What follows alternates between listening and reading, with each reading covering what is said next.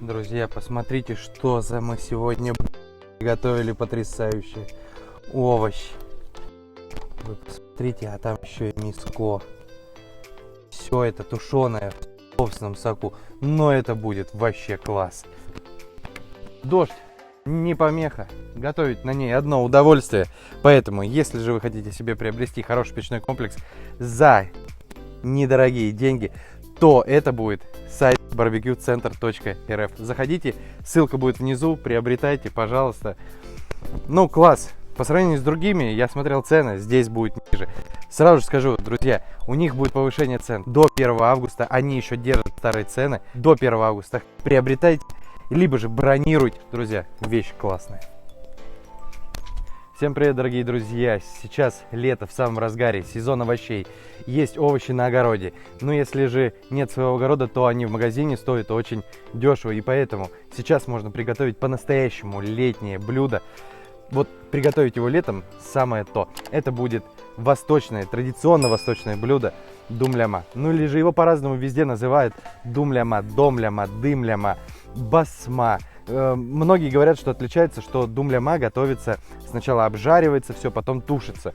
Но у меня есть знакомый из восточной страны, и он сказал, что и даже так готовится думляма по двум способам. Бывает, сразу в холодный казан укладывается все и тушится, бывает, обжаривается. Давайте же приступим к приготовлению.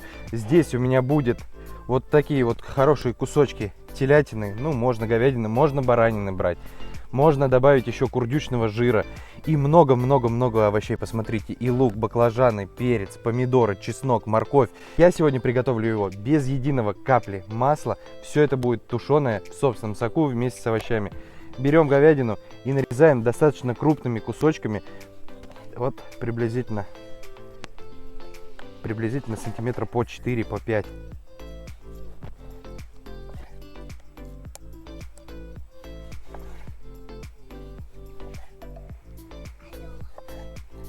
А далее нарезаем все овощи произвольно. Лук будет у нас полукольцами.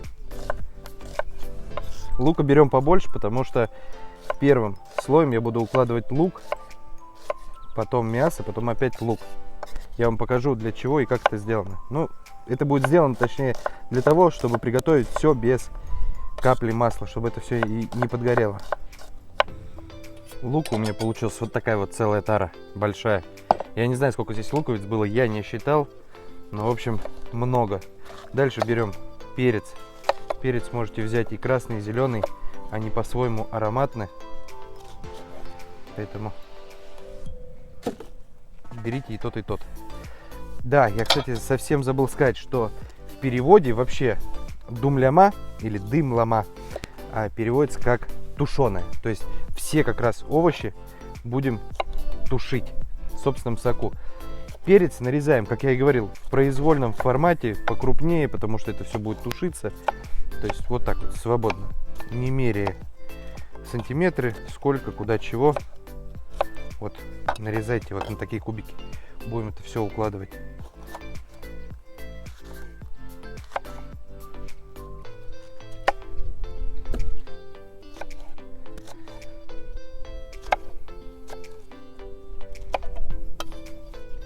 Перцы я тоже взял. Ну, в общем, у меня приблизительно равные пропорции всех овощей. Убираем отсюда. Подготавливаем себе площадь для следующих ингредиентов. Затем берем морковку и нарезать будем полукольцами. Чуть-чуть можно покрупнее, так как это все тушится.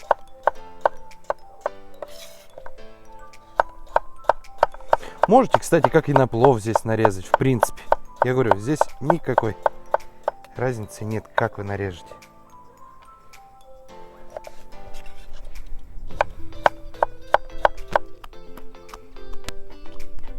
Мне кажется, можно и без блюда поесть. Помидоры нарезаем вот такими достаточно толстыми кругляшками. Будем укладывать также их. Плодоножку удалить отсюда.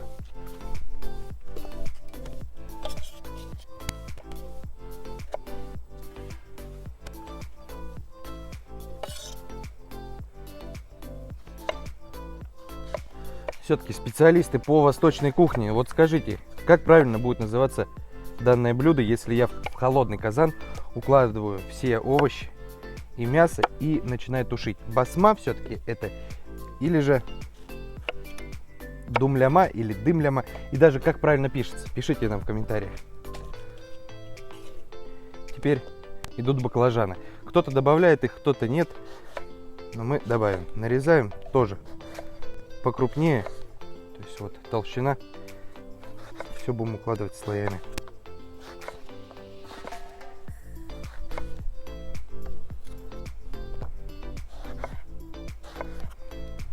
И остается еще чеснок.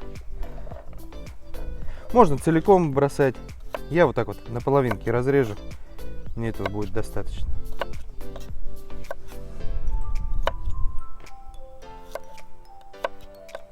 А теперь самое интересное. Начинаем процесс, можно сказать, начало приготовления. На дно казана отправляем лук. Вот я теперь рассказываю, для чего я это делаю. Вообще обычно сюда можно положить курдючный жир, чтобы мясо не подгорело. Мы кладем лук и выкладываем куски мяса. Тем самым мясо не подгорит. Все укладывается слоями. Сначала лук, потом мясо. Вообще будет, здесь нету ни капли масла. Вот в этом-то и весь секрет приготовления. Добавляем чуть-чуть зиры, солим мясо. По чуть-чуть, потому что мы будем с каждым слоем так делать. И добавляем немного черного перца.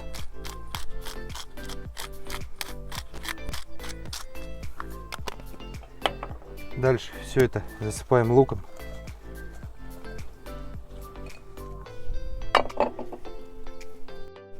И закрываем мясо. Далее слой морковки.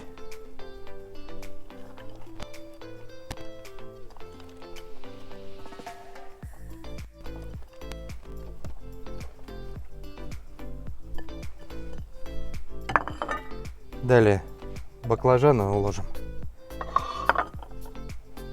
У меня как раз весь казан получится.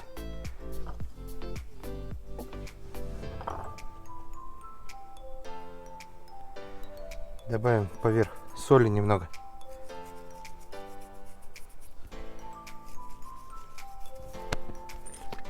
Перец.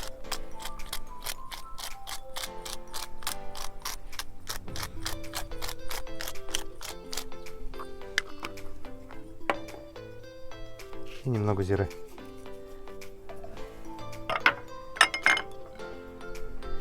Теперь перец.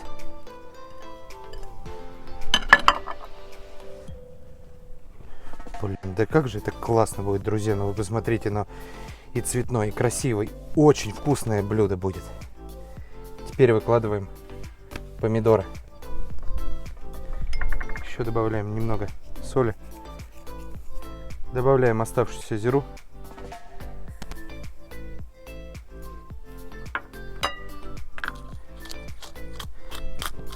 Перец. Теперь кто-то добавляет, кто-то нет. Вот у меня молодой виноград есть. Я добавляю листья винограда сюда. Мы их потом уберем. Когда все приготовится, они просто отдадут свой аромат. И теперь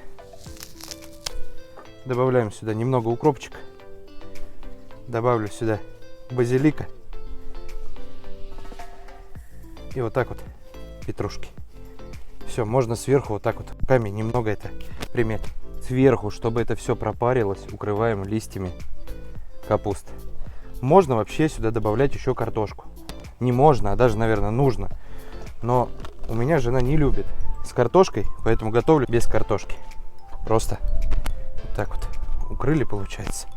Еще прижали немного руками. А теперь накрываем крышкой и забываем на 1:40-2 часа. Разжигаем дрова и готовить будем на слабом огне. Так сказать, томить, тушить.